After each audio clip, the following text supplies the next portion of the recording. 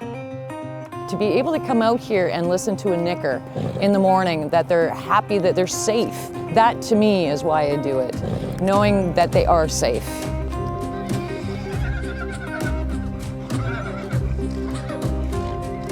You know, I think my passion would probably stem from my upbringing. I have incredibly compassionate parents, and they've allowed me to open my arms and be able to bring in rescues since I was a kid, whether or not it was a dog to a guinea pig to a mouse. And my love for animals has just been absolutely, bar none, first and foremost in my life, actually. Kris Latham puts horses first by giving them a second chance. Yeah. In 2016, Latham established Second Chance Cheekeye Ranch, a horse rescue that rehabilitates and rehomes horses. But she unknowingly made her first ever rescue many years earlier. So I was 12 years old and had befriended a gentleman's horse and took her under my wing. Probably around four to 6 months after that, a gentleman showed up at the farm in Newfoundland with a horse trailer and told me that he had just bought the horse off the owner. I couldn't do anything. She wasn't mine. I had to let her go. I was horrified, absolutely distraught. I sat on the front porch and was bawling my eyes out.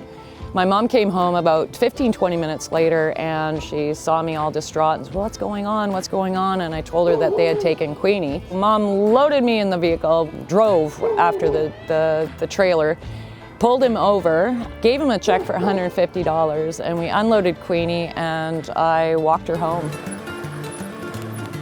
Kris is probably one of the most humble, hardworking people I know, and she has an amazing, calm nature about her with the horses, and they just trust her, and it's amazing to watch. Diana is one of the 25 volunteers that dedicates countless hours to the ranch. With this support, it can host almost 50 horses at a time. We call them the angels masquerading as volunteers. They are by far the backbone for SCCR. I officially volunteer like once a week, but then I'm probably out here 4 times a week, sometimes more. So it's like a home away from home. It's such a nice way to wake up. I come here with my coffee, pick up the wheelbarrow, my pitchfork, and I shovel some poop. And it's very peaceful, it's calming. The horses are very calming to be around. You literally always feel a different person when you leave. I've got 2 kids, one's quite an anxious child, and I can pick her up from school and she can be all upset because people have been horrible to her or it's been a stressful day. We will just literally head down to the ranch, and when she leaves at the end of her session, all her worries have gone. I can't even describe it. It's quite mind-blowing. I do believe that there's something about horses which make you forget your worries. Thank you. Okay, cheers. Bye. So through social media or phone call, we're thrown into action in regards to horses that are in need, predominantly from auction houses or going to the auction houses. So from there, we organize transport. If we have to, we purchase those animals at meat prices, transport them down here, and the process starts for them of safety.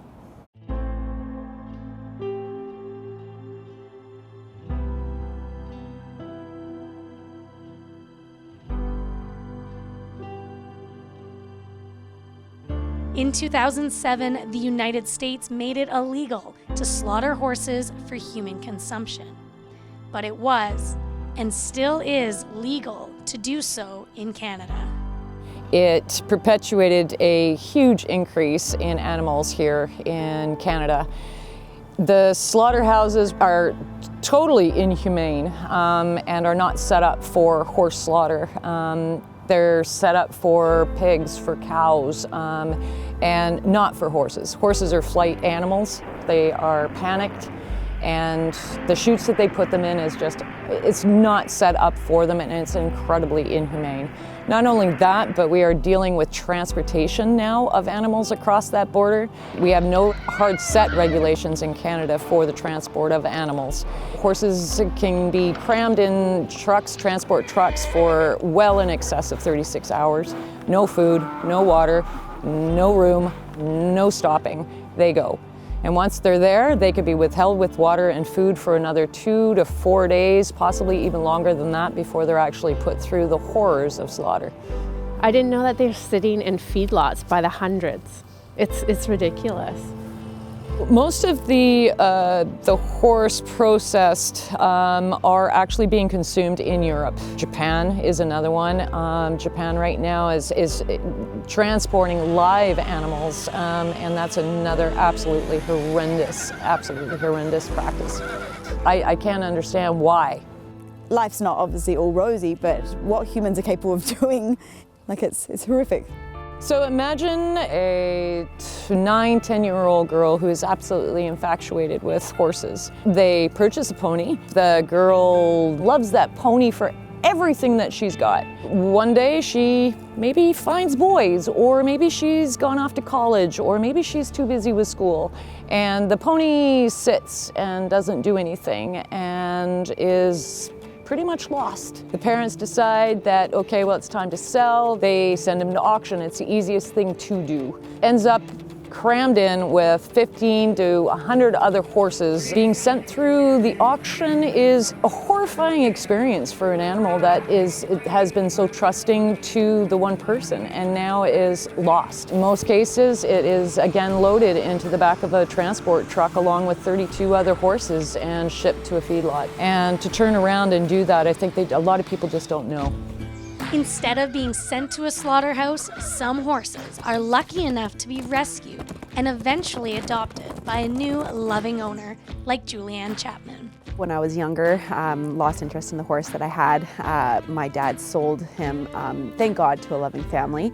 So knowing that I've come full circle and have adopted a wild horse that could have been slaughtered, it makes me feel so good. A lot of these rescue horses, some of them might be a bit injured, some of them might not have been handled, but I think they all deserve a chance. And I've seen amazing things here personally working with some of the horses, and the transformation that happens when they're given some time and that they trust. They can make a great companion horse, they can make a great trail horse, and I think we just need people to be aware that this is happening. This is amazing for these horses, but there are thousands, literally, which are just going, these are the lucky ones, so they're in paradise now. In 2017, horse slaughter numbers were down 38% in Canada. While that is a substantial decrease, there were still over 33,000 killed that year. So for horse lovers like Kris Latham, the battle continues. Gain that knowledge, get on the websites, find out more about it, spread the word. Sign those petitions when they do come. And Canadian Horse Defence Coalition is one of the most amazing sites here in Canada. They're the ones that are the backbone that are going up against Parliament right now to get horse slaughter stopped. So supporting that, supporting your local rescue, helping out in any way that you can, whether or not it's monetarily or coming in to volunteer, every bit helps to stop it.